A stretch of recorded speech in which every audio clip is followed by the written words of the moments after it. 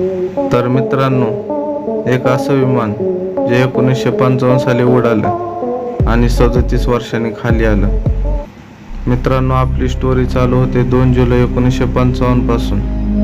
जे न्यूयॉर्क पासून मियामीकडे रवाना होणारे विमान, 4 तासाचा रोड, त्यामध्ये 60 पॅसेंजर आणि 6 क्रू मेंबर असतात. मग ते विमान उडाल्यानंतर रडारच्या रेंजमधून बाहेर जाते आणि मियामी इथे पोचत नाही.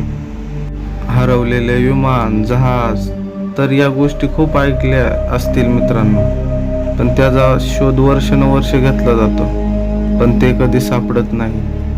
तसंच हे विमान 37 वर्षांनी उतरण्यासाठी परवानगी मागतं, पण ते विमान कुठलं आहे हे समजत नाही.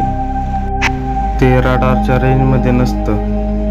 त्यांना तो पायलट कंट्रोल रूममध्ये कॉल करून परमिशन घेतो आणि त्याला परमिशन दिली बी जाते मित्रांनो. पायलट हा खाली विमान उतरवता नवीन बदललेल्या गोष्टी पाहून चकित होतो.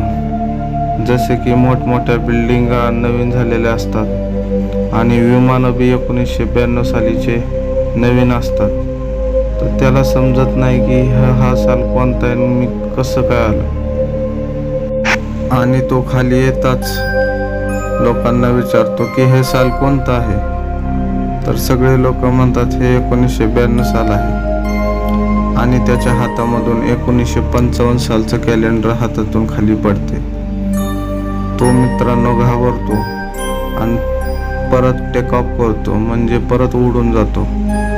आणि तो उडून गेल्यानंतर तो आजपर्यंत परत घावत नाही.